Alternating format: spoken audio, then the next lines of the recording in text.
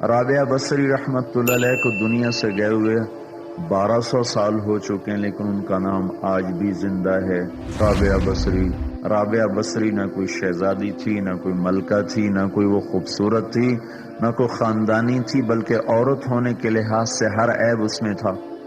ان کی عادت یہ تھی، وہ روزانہ عشاء کی نماز کے بعد غسل کر کے کپڑے بدل کے اپنے خامن سے پوچھتی آپ کو میری ضرورت ہے؟ اگر وہ کہتے کوئی نہیں ہے تو پھر پوچھتی مجھے اجازت ہے؟ وہ کہتے اجازت ہے تو پھر مصلی پہ کھڑی ہو جاتی ہے اور فجر کی نماز تک مصلی پر کھڑی رہتی تھی۔ ان کا خامن جلدی فوت ہو گیا، جوانی میں ہی بیوہ ہو گئی۔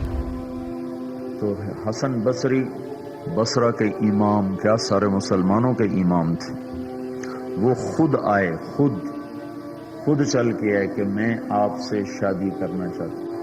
وہ کوئی شادی کا شوق نہیں تھا ان کو، وہ تو اولاد کے قابل نہیں، شکل صرف ان کی نیکی اور ان کا جو اللہ سے تعلق تھا، ان کو یہ لالچ ہوا کہ یہ میری بیوی ہو جائے تو اس کی تو فعل شاید میری بخشش ہو جائے۔ تو ان کے پاس آئے، کہنے لگے رابعہ میں آپ سے شادی کرنا چاہتا ہوں، خود پیغام لے کر آئے۔ تو انہوں نے فرمایا میری 4 باتوں کا جواب دے دو تو میں شادی کر لیتا ہوں۔ کہنے لگے کیا؟ کہ یہ بتاؤ میں جنتی ہوں کہ دوزخی ہوں؟ کہنے لگے یہ تو میں کچھ نہیں کہہ سکتا۔ اچھا یہ بتاؤ جب اللہ تعالیٰ قیامت میں اعمال نامے اڑائے گا، کسی کے سیدھے ہاتھ میں آئے گا، کسی کو الٹے ہاتھ میں آئے گا، میرے سیدھے ہاتھ میں آئے گا کہ الٹے ہاتھ میں؟ کہنے لگے یہ بھی کچھ نہیں بتا سکتا۔ کہنے لگے اچھا یہ بتاؤ جب اللہ نیکیوں کو تولے گا، کسی کی نیکیاں بڑھ جائیں گی، کسی کے گناہ بڑھ جائیں گے، میرے گناہ زیادہ ہوں گے نیکیاں زیادہ ہوں گی؟ کہا یہ بھی نہیں بتا سکتا۔ کہ اچھا یہ بتاؤ جب لوگ بل سرات سے گزریں گے، کوئی پار نکل جائیں گے، کوئی نیچے گر جائیں گے، تو میں پار نکلوں گی کہ دوزخ میں گروں گی؟ کہنے لگے یہ بھی میں نہیں بتا سکتا۔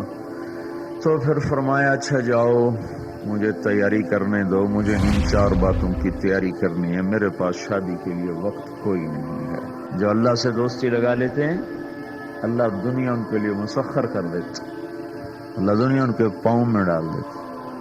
تو جب ان کا انتقال ہوا، رات کو ان کا انتقال، تو اپنی خادمہ سے کہا بس 2-4 آدمی بلا کے مجھے جلدی سے دفن کر دو، کسی کو نہ بتاؤ، صبح لوگوں کو بتا دینا، اور مجھے کفن دینا میری اس چادر میں جس میں میں تہجد پڑھا کرتی تھی۔ تو انہوں نے راتوں رات دفن کر کے صبح اعلان کیا، شور مچ گیا، ہائے کیوں بتایا، کیوں نہیں بتایا، کیوں؟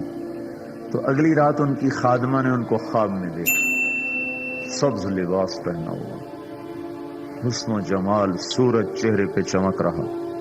پوچھا آپ کے ساتھ کیا ہوا؟ کہا میرے اللہ نے میرے ساتھ بہت عمدہ معاملہ کیا۔ کہا آپ کی وہ چادر کہاں گئی جس میں آپ کو کفن دیا تھا؟